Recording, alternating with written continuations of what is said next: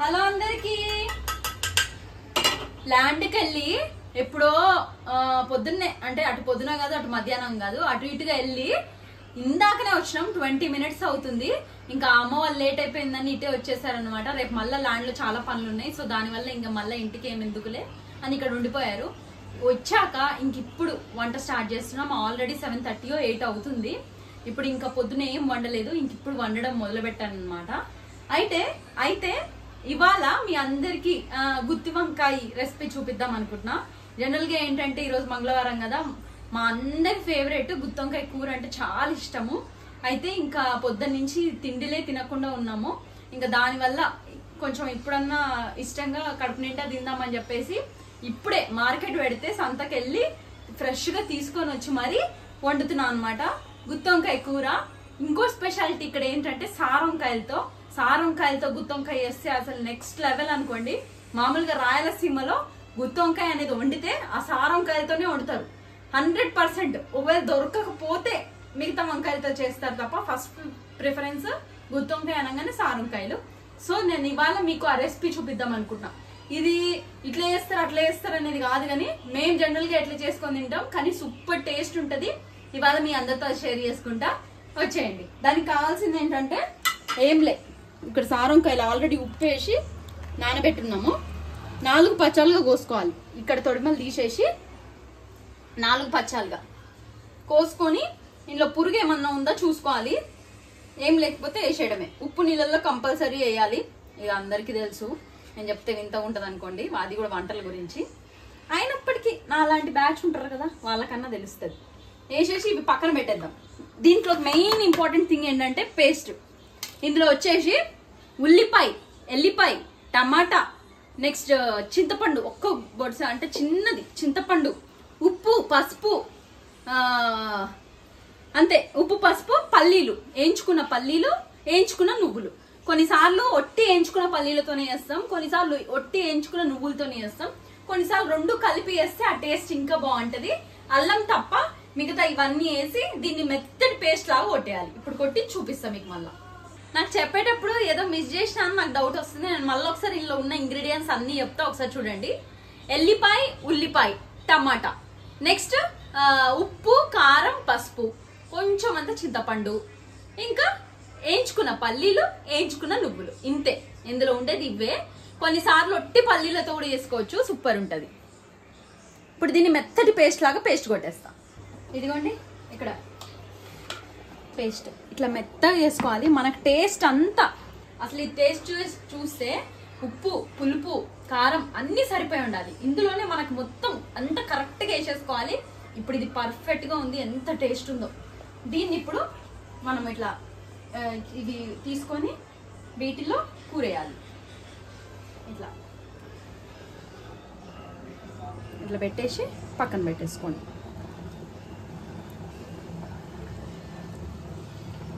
కింద పడుతుంది. ఇంకా కొంచెం అసలు గట్టిగానే వస్తుంది. నేను మిక్సీ మార్చే గ్యాప్లో కొంచెం వాటర్ వేసిన మిక్సీ కడగడం కోసం. ఇట్లా ఫాస్ట్గా ఇవన్నీ కూడా సేమ్ ఇట్లనే అరేంజ్ చేసేసుకోండి. మసాలా మొత్తం పెట్టి చూపిస్తాం. ఇదిగోండి ఇంకా ఇక్కడ ఇట్లా పెట్టేసుకున్నా, అంతా దగ్గరికి చూపి మొత్తం అన్ని ఇట్లా కూరేసుకున్నా. కొంచెం మిలిగింది మసాలా యూజ్ చేస్తాం మనము. ఈ లోపు ఇక్కడ సాజీరా, ఇందులో కొంచెం అంత సాజీరా, కొంచెం క్వాంటిటీస్, ఎక్కువ కాదు, లైట్గా ఆ ఫ్లేవర్ తెలవాలి, తెలియకూడదు అట్లా. ఇంకోండి కొంచెం అవి, ఇంకోటి ఒక చిన్న సగం స్టార్, 2-3 లవంగాలు, 2 ఇలాచీలు, కొంచెం అంతే.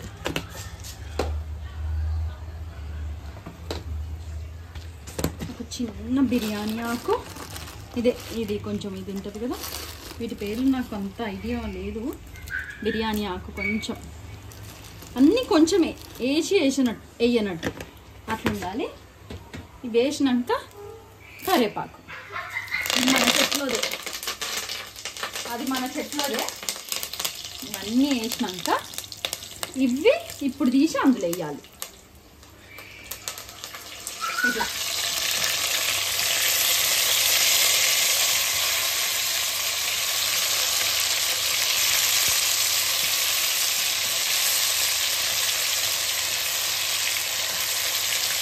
వేసి ఒక 2 నిమిషాలు ఇవన్నీ వేసేసి ఇట్లా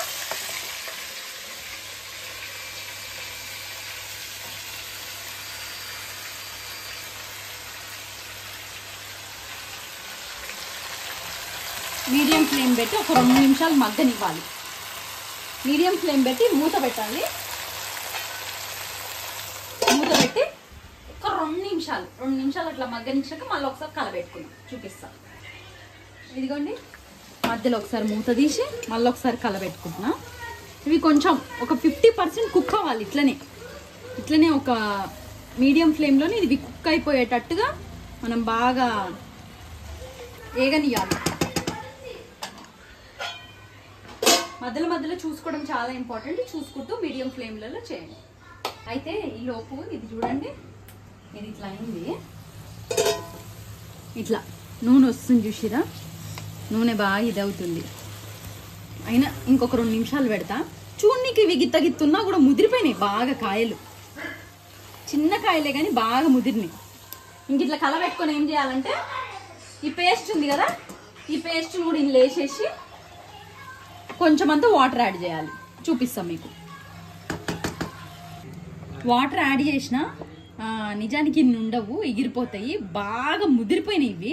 నిజానికి ముదరకపోతేనేమో ఇన్ని వాటర్ అవసరం లేదు, కొంచెం పోసుకుంటే చాలు.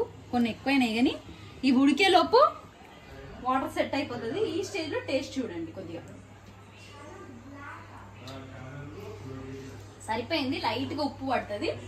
కానీ నేను ఇది ఎగిరే వరకు చూస్తా. కొంచెం ఎగిరినాక ఆ గ్రేవీకి తగినట్టు మళ్ళీ లాస్ట్లో ఒక్కసారి యాడ్ చేసి చేసేస్తా. ఇంక ఇది ఉడుకునిద్దాం.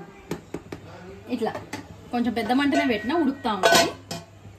ఇంకా ఈ పక్క వచ్చేసి ఇవాళ అరటికాయ బజ్జీలు చేద్దాం అనుకున్నా.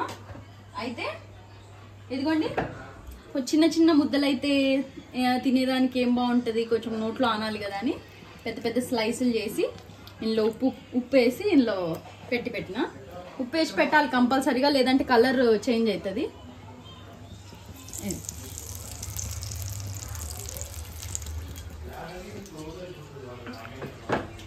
అట్లా ఈ ఒక పక్కన ఇవి, ఎందుకంటే ఇవాళ మంగళవారం కదా, సో అదనమాట.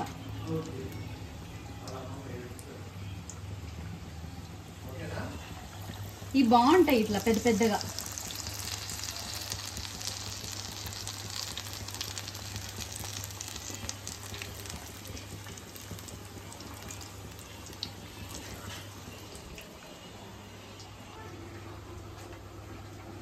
ఇదిగో అరటికాయ చిప్స్ అయిపోయినాయి వేడి వేడిగా.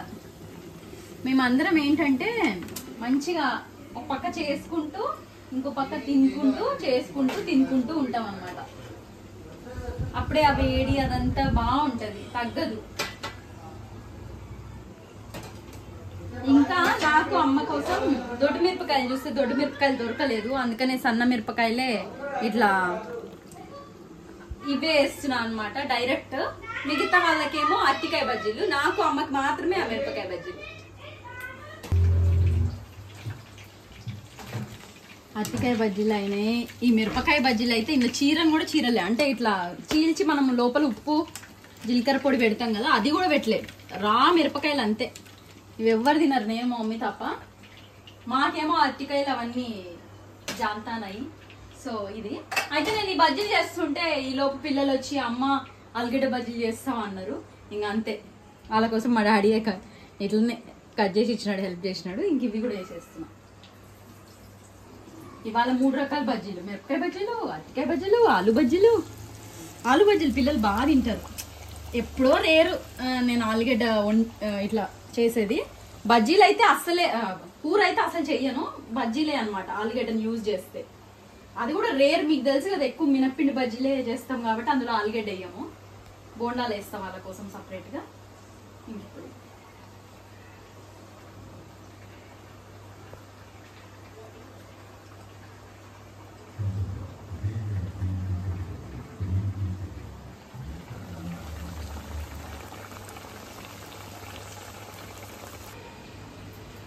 ఇదిగోండి వంకాయ కూర, గుత్తొంకాయ కూర చూసిరా ఎంత చిక్కగా అయిపోయింది. ఇదిగో చిక్కగా అయిపోయింది, ఉడికిపోయినాయి కూడా ఇవి.